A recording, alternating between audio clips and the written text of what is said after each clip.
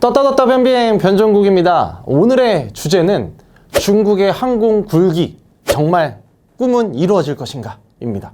중국이 조만간 중대형 민간 항공기 C919를 인도를 할 예정입니다. 수십 년간 이어져 왔던 하늘을 날고 싶어 했던 중국인의 꿈이 과연 이루어질지, 정말 보잉과 에어버스가 양분하고 있는 이 여객기 시장을 판도를 흔들어 놓을 수 있을지 적나라하게 알아보도록 하겠습니다. 떴다 변비행 이륙합니다.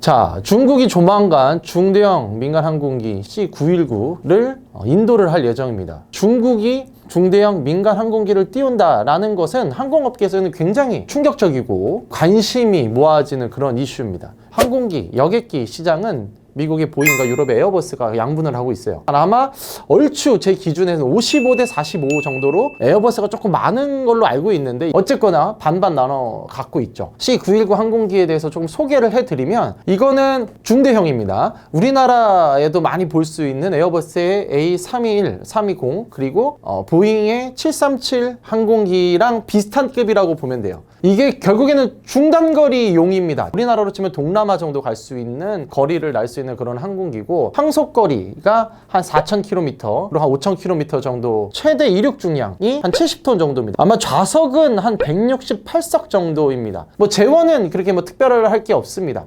이미 개발 당시부터 중거리용 항공기로 이렇게 개발이 됐기 때문에 보잉과 에어버스가 가지고 있던 이 시장에 좀 판도 변화를 가져올 것 아니겠느냐라는 이런 추정이 나오고 있는 거예요. 그런데 이제 이 C919 얘기를 조금 더 해보면, 한 2017년에 첫 비행을 했습니다. 시범 비행 자체는 뭐 그렇게 큰 문제가 없이 완료를 했고, 한두 번 뜬 게 아니라 뭐 수천 시간 막 이렇게 떠야 됩니다. 그러면서 이제 정말 잘 뜨고 내리는지, 정말 잘 가는지, 뭐 무게는 잘 버티는지 등등등에 대해서 테스트를 다 거치고 있어요. 아직 지금도 계속 하고 있다라고 이렇게 보시면 돼요. 처음에 이제 시범 비행을 한 다음에 이제 난리가 난 거야. 드디어 우리 중국이 큰 애를 나는 거야. 막 눈물 막 흘리고 시진핑 화이팅 막 이렇게 했겠지. 그래서 이제 중국 내 항공사가 뭐 좀 많습니까? 항공사뿐만 아니라 항공기를 이제 운영하고 있는 뭐 은행이나 금융당국이나 공기업이나 이런 데서 다 주문을 시작해. 주문을 하겠다고 밝힌 것에 총 합이 1,000대가 넘어가요.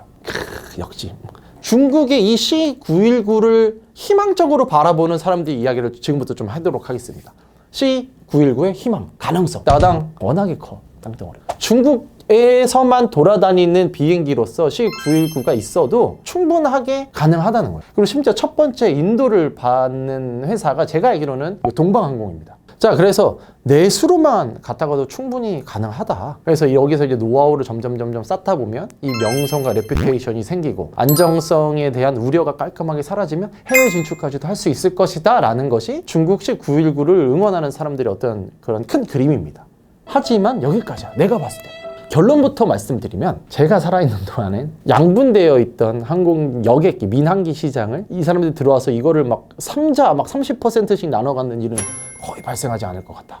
이렇게 부정적으로 보는 다양한 이유들에 대해서 제가 지금 좀 설명을 드리도록 하겠습니다. 첫 번째, 감항의 문제입니다. 비행을 실질적으로 할 수 있냐, 안전성이 확보가 됐냐, 이런 걸 이제 테스트하는 인증을 받아야 되는 거예요. C919는 중국 내에서의 인증은 어느 정도 받았어요.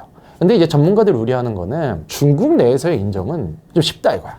미국 연방항공청 FAA와 그 유럽의 대표적인 항공 그 기구가 있습니다. 이 둘이 이제 되게 유명한 나름대로의 어떤 그 인증 기관이라고 보시면 돼요. 쉽게 말해서 이 두 곳에서는 이제 이 C919에 대해서 인정을 안 해줬어요. 그래서 전문가들이 이제 말하는 거는 미국과 유럽의 그런 빡센 테스트를 거치지 않았다. 그래서 안전성을 아직까지는 답하지 못했다 이렇게 얘기를 합니다. 근데 이게 왜 중요하냐면, 중국 경계선을 나갈 수가 없어요. 유럽을 가거나 미국을 가거나, 또 하나 미국과 유럽의 어떤 그 공인된 것을 받아와야 된다고 주장하는 국가로 갈 때는 이게 반드시 필요한데 그 허락이 없으면 거기 못 가는 거예요. 또 하나는 항공기가 이제 개발이 됐어요. 그럼 거기 안에 수많은 부품이 들어가잖아. 자, 이게 다 어디 것 같아요? 자, 중국사니까 전부 다 1,000만 원이야.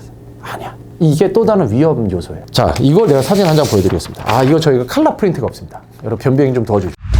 자, C919에 대해서 이제 미국이 분석한 자료인데, 항공기의 주요 부품이 과연 어디서 수급을 하고 있느냐, 각 부분별로 메이드 인 어디냐 이걸 쉽게 말해서 이제 써놓은 건데, 주요 부품 중에서 48%가 미국입니다. 유럽이 또 한 30% 차지하고 있어요. 그럼 나머지 뭐 한 30% 중에서 중국은 깨끗해야 한 10에서 20% 정도밖에 안 돼요. 부품을 자기네들이 만들어야 비용이 내려가는 문제도 있고요. 수입해오면 그 수입하는 대로 로열티 지불해야 되기 때문에 얘네들이 신규 항공기를 런칭할 때 가격이 비싸버리면 누가 사요? 또 하나는 나중에 중국이 정말 이게 잘 돼가지고 치고 올라올 때 보잉과 에어버스가 가만히 있지 않습니다. 너무 쉽습니다. 한마디면 돼요.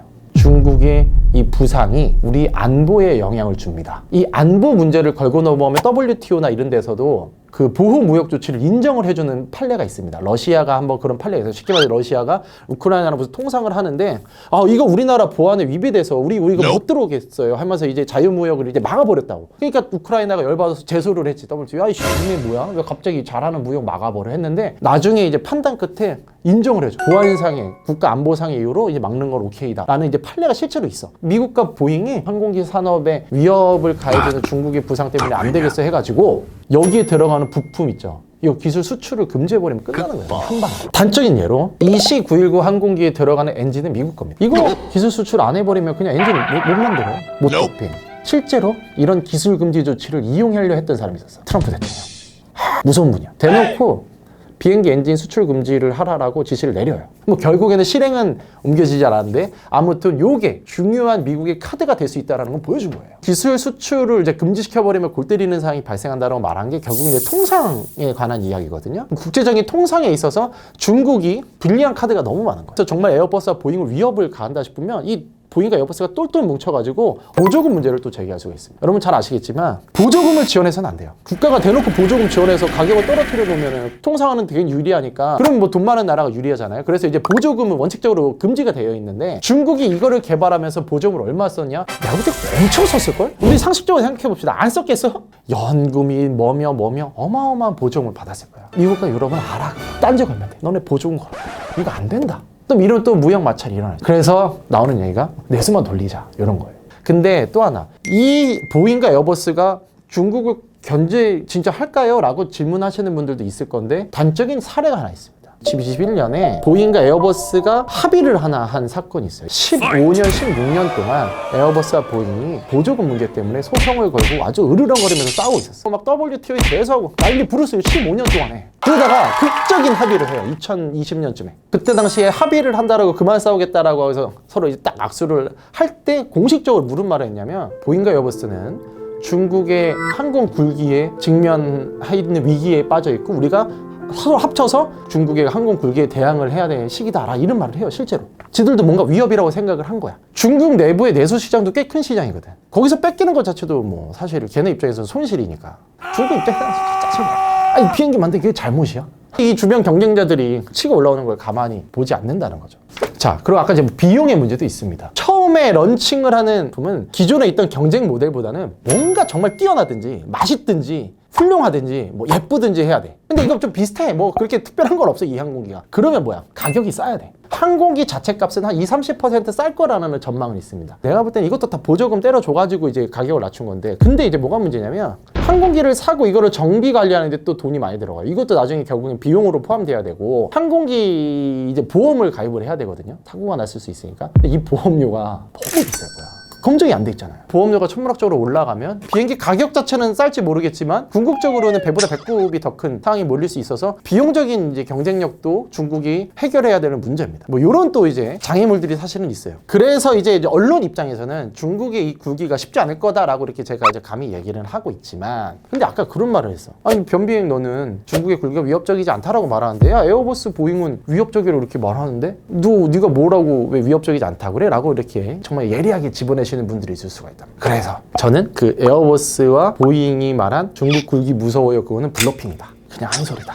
이렇게 감히 말씀을 드립니다. 왜냐하면 화해를 하려면 명분이 필요하기 때문에 그런 말을 한 거고, 또 하나는 보잉과 에어버스도 엄연한 회사예요. 정부로부터의 지원, 규제 개혁 뭐 이런 풀어야 될 숙제들이 많이 남아있어. 이때 정말 중국의 굴기를 이용하기 딱 좋아. 중국이 몰려온다 하면서 노조의 어떤 임금 협상, 회사가 정부랑 뭔가 협상, 필요한 걸 얻어낼 때 좋은 이거예요, 이게. 뭐 이런 면에서 이제 하는 것도 있고, 또 하나는 부품과 기술이 어마어마하게 많이 들어간단 말이에요. 미국과 유럽의 기술이 C919 안에 많이 들어가잖아. 근데 굳이 이걸 끊어버릴 필요는 없어. 할 거 다 취하면 돼, 여기서. 경제적 실리 챙기고, 뭐 기술적 실리 챙기고, 중국과의 관계 회복해갖고 C919 뜨면은 결국에는 우리 부품 이렇게 수출하는 거랑 똑같은 결과니까 굳이 막지 마라. 응? 당분간 굳이 뭐 이렇게 으르렁댈 필요는 없다. 그러니까 이제 중국 너네 잘한다. 야, 니네 주요 비행기 짱 와. 중국 따봉 막 이런 식으로 해가지고 이제 우쭈쭈 만들어준 다음에 더 많이 만들고 하면 결국에는 지들 결국은 꽃놀이패야, 일종의. 미국 그 보잉과 에어버스 일개 꽃놀이패로 잘 활용을 할 수가 있어요. 그래서 미국 내에서도 유럽 내에서도 중국 굴기 신경 쓰지 마라. 어차피 자기네들 스스로가 한계가 있어서 우리가 굳이 뭘 안 해도 된다. 그냥 중국이 이렇게 하려는 거 그냥 최대한 이용을 하자라는 여론도 없지 않아 있습니다. 전문가들도 많이 있어요. 중국이 갖고 있는 희망과 한계에 대해서 그냥 두서없이 이야기를 좀 나눠봤습니다. 2002년 월드컵 때 히딩크 감독이 꿈은 이루어진다라고 했지만 그게 다 이루어지는 건 아닙니다, 사실은. 하지만 중국이 갖고 있는 꿈이 뭐 세계시장 재패가 아닌 이상 내수용 항공기를 만들겠다라는 작은 꿈은 이룬 건 맞아요. 그래도 정말 이 중국의 항공 굴기가 수십 년간의 시행착오 끝에 결국에는 그 빛을 보는 순간에 와 있다라는 면에서는 정말 박수를 쳐줄 만한 일이에요. 그리고 이제 미국과 그 유럽이 중국의 이 굴기를 과연 어떻게 활용할지, 또 어떤 통상 이슈가 발생할지, 이것도 관전 포인트기도 합니다. 자, 오늘 중국의 항공 굴기에 대해서 이야기를 나눠봤습니다. 사실 오늘 촬영 날짜가 22일인데 하루 전 21일 날 중국의 동방항공 보잉 737 여객기가 추락했다는 소식이 사실 전해져서 마음이 조금 그렇게 편하지가 않습니다. 중국 항공 굴기에 대해서 이야기를 나눴던 만큼 737 항공 사고, 안타까운 사고로 목숨을 잃으신 승객 여러분, 그리고 승무원 여러분들의 명복을 빌겠습니다.